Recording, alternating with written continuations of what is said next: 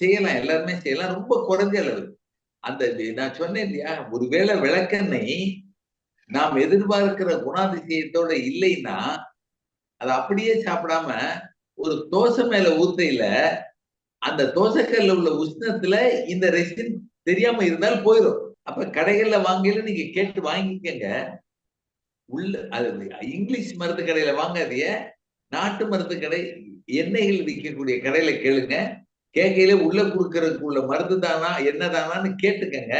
அவங்க அந்த அனுபவத்துல சொல்லிருவாங்க. அவங்களையும் நம்ப வேணாம். அத வாங்கி நீங்க உங்க தோசையில ஊத்தி சாப்பிட்டால், தோசை வேகுற நேரத்துல அந்த ரெசின் வெளிய போயிரும்.